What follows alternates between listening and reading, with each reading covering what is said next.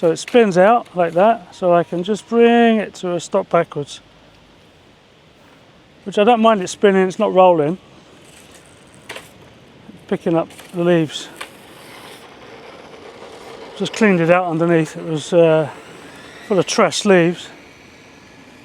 So I'll give it another squeeze. Could try and go from a bit further up there, but I've got a gully. So there's a gully just over to the right there, and I've got to back off here at the sort of second car park space where I'm in trouble. There we go. I've got to build up the speed. It spun out. So I'm just getting it onto full throttle. I can just feel it getting onto full throttle. It's accelerating. And I've got to dump it because it's going to roll out. And what I did on the here, I gave it that, there's a tweak on there on this radio for, if you squeeze the throttle, you've got a throttle delay on it, which is quite nice. But by the time it's peaked, I'm off the throttle. And the ABS is just a bit aggressive still. Okay, let's have another one. See, I've got to back off there to let it roll out. I could try a bit more, but I don't want to lose it down the back and smash the living heck out of it. That's what I'm worried about. Oh, there's some bumps up there. Right, one more.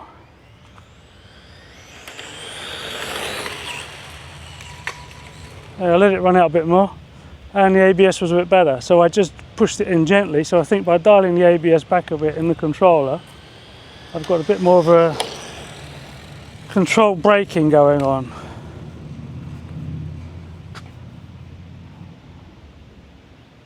All right, another one.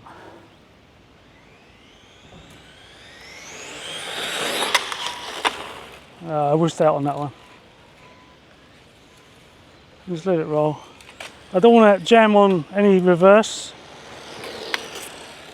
I want to be careful of the gears. I've still got the plastic ones in there. I don't want anything shredding on me just yet.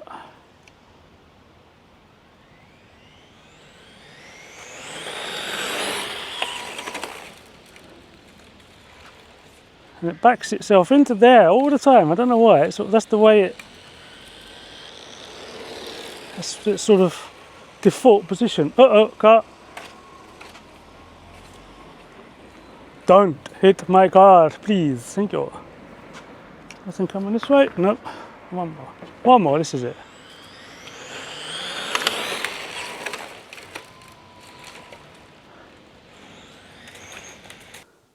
So the last one up and down you just saw was going to be an official run out.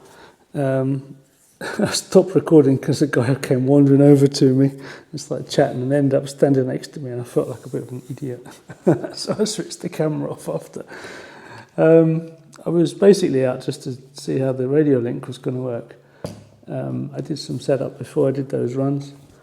The trim, bits and pieces, I set it up before I went out, pretty much how I'd looked online and some of the guys on the speedrun are setting it up. What I did notice was I'm still getting the flat spin you saw in the video when I come off the throttle.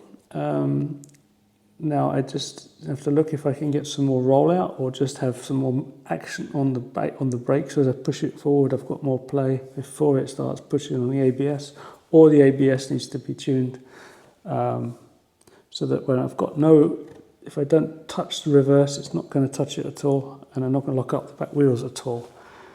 So what you saw was the MF-01x, of course, and it's now a bit lighter because I just broke a bit off the front, putting it in the car. The splitter has shattered, but it's only 1 millimeter thick.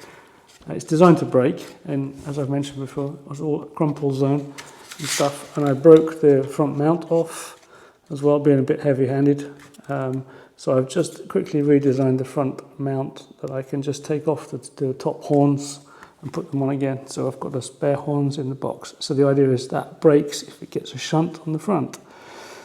What else has changed? I put this tensioner over here because the floor pan that I redesigned was thinner was flapping a little bit. I didn't like that. So I redesigned that using some science, believe it or not. So it's shallower, the aero exit is shallower than it was rather steep, and it was pushing it too tight into the motor, so I brought it out a bit, so the in and outs should be a lot better. And I should say today on those runs, and the ones I did before I did the video, it felt a lot tighter on the ground, even though I've got rear spin. It just felt a lot more straight, if you get what I mean. It just felt like it was more intentional. What am I going to do? So I'm still running the 12-turn Carson, which I put in from day one. I've no real intention to change that. I've got a 10.5-turn motor here, adjust stock. I'm going to stick with this whole poor boy thing, skint kid. It's cost me a GPS module. The wheels I had in stock, the MF-01x chassis I had in stock, because I'd already taken some parts off for one of the kits, the 959 stuff, so I have a few of those laying around. The body I had in stock because I used the Group C chassis for another build, and the rest is designed and printed by me. Yep. And this, I ordered that, which cost next to nothing. So it's a hardened steel primary drive. I think it's the primary drive. So I'm sticking by my guns. I'm running a 2-cell shorty pack. I'm going to use a motor that I've got in stock. I've got a couple of other ones. I'm not going to throw any money at this. This is going to be as fast as I can make it for the money that I've spent on it. So as I said before, I've built a ton of stuff on that. My primary goal is to keep it looking as clean and as tight and as nice and as tuned as I can make it. Part of the criteria of that is it has to run smooth. And you heard in the running video, it is as smooth as silk. It's running a sensor-less motor, so it's going to be a bit more grindy on the motor, the sensitive motor. But today was the smoothest run it's had. Sound-wise, I mean, the camera doesn't pick it all up, but it really runs past like it's just on tick over, and it's not screaming, it's not howling. It's really nice. Yeah, it's not screaming because it just doesn't get up to speed. As you saw, I've adjusted the trigger on this, the throttle delay, as per some of the videos, so I can nail it, but the throttle comes in very slowly. So I think I still have to slow that down a bit or bring it up because it's senseless. It feels like it's got a power band somewhere because it's getting up, rolling, and then as the power boots in, it just lightens up the back end, lights the back tyres up a little bit. Sometimes I've got it a bit more under control now. And again, on the braking, I've got to get that ironed out so that it can just roll out flat. The problem I've got now, I've got the run up, and as it's running up, it's getting up to the speed approaching Vmax, and then it's coming off again. Now, the coming off isn't throwing it out of spin, it's coming off and touching the brake that it is. But I need to get through that and just keep on going so that it can really wind up. And I can tell it's not winding up because the motor, I just touch it and it's still cold. The speed controller is still cold even after up and down about 10 times. So it seems very, very efficient as it is. Everything seems to be matched. It might be that it only gets up to X amount of miles an hour, and that's it on that setup, which is fine. It's gone past lots of things for me. Now it's a design exercise, a packaging exercise, and getting the most out of what I've got here. If I switch the motor to a 10.5 turn, which I have, I would also put in the hardened steel drive instead of that plastic one. That's a damaged one because, yeah, smart boy here drilled a hole in the back of the gearbox, you can't see it, to align the mesh of the pinion and the drive. So I can shine a light in the back and then perfectly line up the mesh, which also adds to that smoothness of drive. And it's taped over, which is also a point of lubricant, so I can drop in a bit of grease in there. And then I touched the gear with the drill bit, of course, because I was impatient. I didn't take the gearbox to pieces. So my whole idea of putting the hardened steel one in, if I strip it again, is to spread the load of the pinion, because the pinion is quite narrow. 27, I think, now in there. It's quite narrow, so the torque on a narrow hardened steel pinion hitting that time and time and time again, if you're not careful, or if you go into reverse, you're very likely to take the teeth off of that, I think. So this will help spread the load, but it's going to make the gearbox noisier, steel gears, and I'm not so happy about that. And it could also move on the problem from that steel onto the rest of the plastics.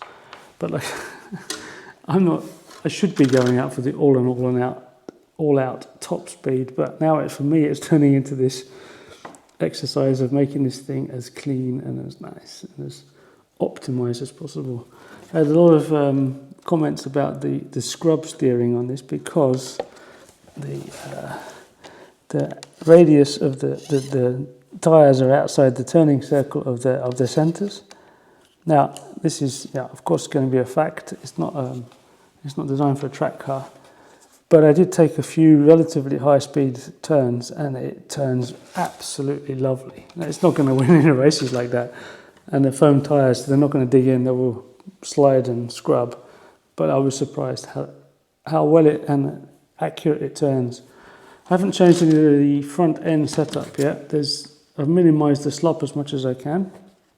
But it travels nice and straight where I put it. If it hasn't spun the back end up and redirected it, it's fine. The gyro in here, I've turned the gain right down.